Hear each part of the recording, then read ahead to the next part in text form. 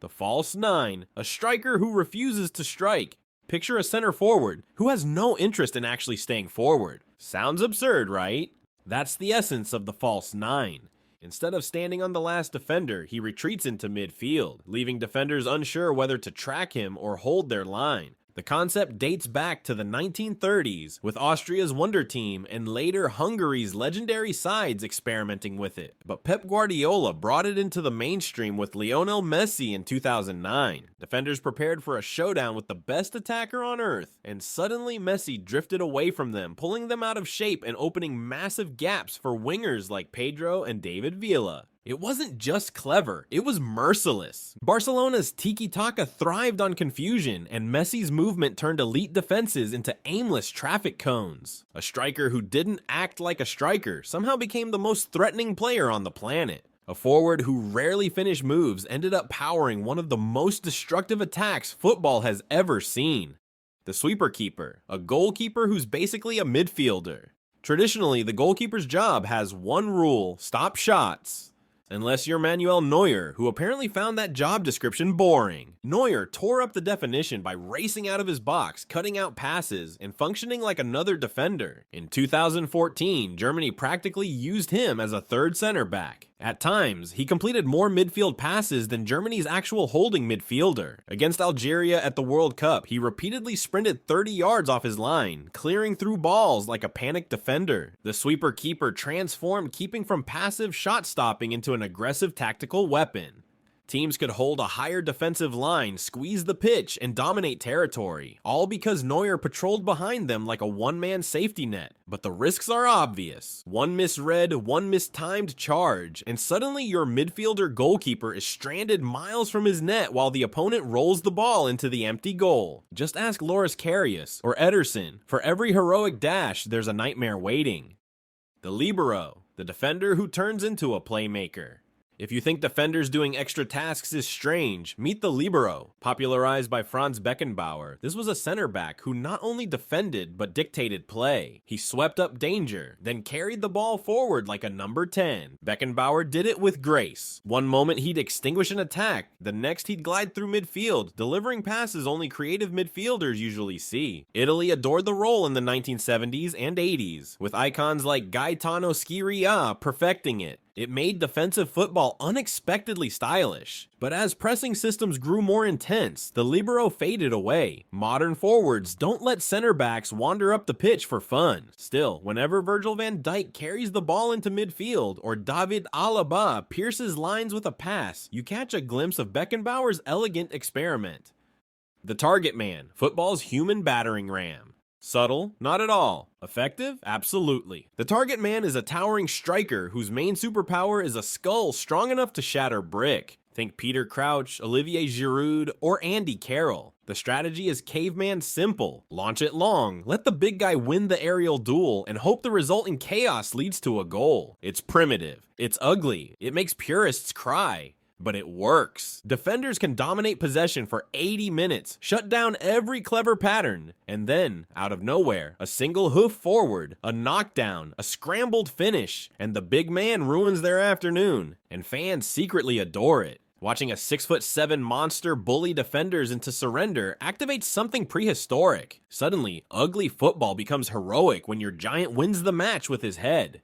The deep-lying playmaker, the midfielder who refuses to run. Everyone else is sprinting, pressing, and scrambling. And then there's Andrea Pirlo, standing still, gently carving teams apart like he's tasting wine. The deep-lying playmaker, the regista, wins with intellect instead of intensity. Pirlo didn't chase the game revolved around him. He controlled tempo with laser-like passing while barely breaking into a jog. The strange part? He looked motionless. While teammates racked up miles, Pirlo strolled elegantly, changing matches with a single flick. It's chess, in a sport that often resembles rugby. Is it unusual? Definitely. While others look exhausted, this guy dictates everything at a walking pace. The inverted winger. Wrong foot, right idea. Traditionally, left wingers crossed with their left foot. Then coaches asked, what if we flipped it? Enter the inverted winger. Left-footed players on the right and right-footed players on the left. Arjen Robben mastered the role. Everyone in the stadium knew he would cut onto his left foot. Defenders yelled warnings. And yet, He still did it, and still scored. Predictable? Yes. Defendable? Apparently not. Soon the trend took over. Cristiano Ronaldo cutting in from the left, Mohamed Salah from the right. Inverted wingers became the blueprint for modern wide play. It's strange because it contradicts decades of tradition. Yet today it's practically standard. The false fullback, a defender who turns into a midfielder. Fullbacks used to overlap and whip crosses into the box. Pep Guardiola, as usual, decided that was too basic. He pioneered the false fullback. Instead of overlapping, the fullback moves inside to help run the midfield. Philipp Lahm at Bayern looked like he was playing 3 roles at once: defender, midfielder, and occasional playmaker. João Cancelo later refined it at Manchester City, stepping into central pockets while still being nominally a full back. Weird? Without question. Successful? Bayern won a treble. City shattered records. Suddenly fullbacks became the most adaptable players in the sport. The poacher, the striker who does nothing until he scores. You know that teammate in 5-a-side who refuses to do anything except shoot? That's the poacher. Filippo Inzaghi lived permanently on the shoulder of defenders, waiting for the tiniest chance to poke the ball home. He didn't care if it was a scruffy rebound or a 1-yard tap-in. A goal was a goal. Sir Alex Ferguson once joked that Inzaghi was born offside, and yet he ended up with more than 300 career goals. Chicharito used the same formula, invisible for almost the entire match, decisive in the moment that mattered. The destroyer, the midfielder whose job is violence. Not every midfielder is a silky passer. Some exist purely to break things. The destroyer's mission is simple: ruin attacks, foul cleverly, and intimidate anyone who tries to play. Claude Makelele was so exceptional at it that the position now literally carries his name. Later, N'Golo Kante refined the role with relentless running and cleaner tackling, turning chaos into an art form. The destroyer is strange because he doesn't create beauty, he destroys it. Yet without one, your creative players get crushed. Football needs its disruptors as much as its artists. The Raumdeuter, the space interpreter. Leave it to Germany to invent a term for something no one else bothered to define. Raumdeuter means interpreter of space, and Thomas Muller embodies it. He's not quick, not flashy, not especially technical, but Muller wanders into forgotten pockets of space and somehow goal. It's the oddest skill set in football, doing everything slightly awkwardly, yet always appearing in the perfect position. Muller doesn't play football the way we expect. He plays his own version and somehow keeps winning. The wide target man crosses to the wings. Here's a bizarre twist. Instead of placing your big striker centrally, you shove him out wide. Think Marouane Fellaini operating on the left for Manchester United. Why? Because fullbacks are tiny compared to center backs. So your aerial giant suddenly dominates every duel. It looks wrong, but tactically it makes sense. Clubs like Everton and United used it as a desperate plan B. Pretty? No. Useful? Sometimes. And sometimes that ugly mismatch is enough.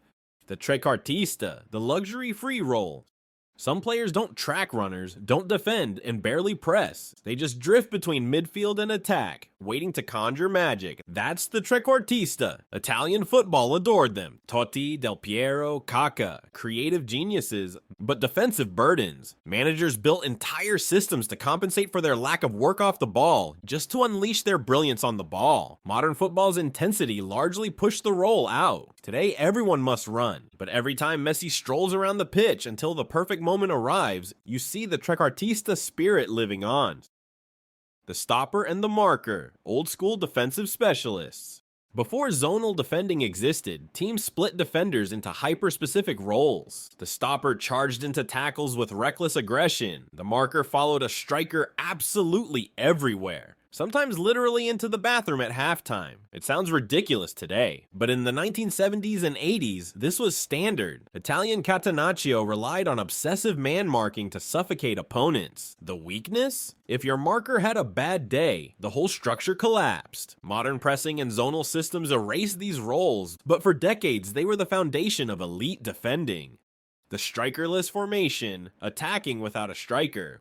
Why play with a forward when you can just not? The strikerless setup sounds like trolling, but some managers built masterpieces with it. Spalletti's mid-2000s, Roma used Totti as a false 9, with runners like Mancini and Parada attacking the gaps. It looked chaotic, but the unpredictability shredded defenses. Spain at Euro 2012 even used Fabregas as their nominal striker. Fans mocked it as anti-football, yet Spain lifted the trophy anyway. No striker, no problem. Strange, but undeniably effective.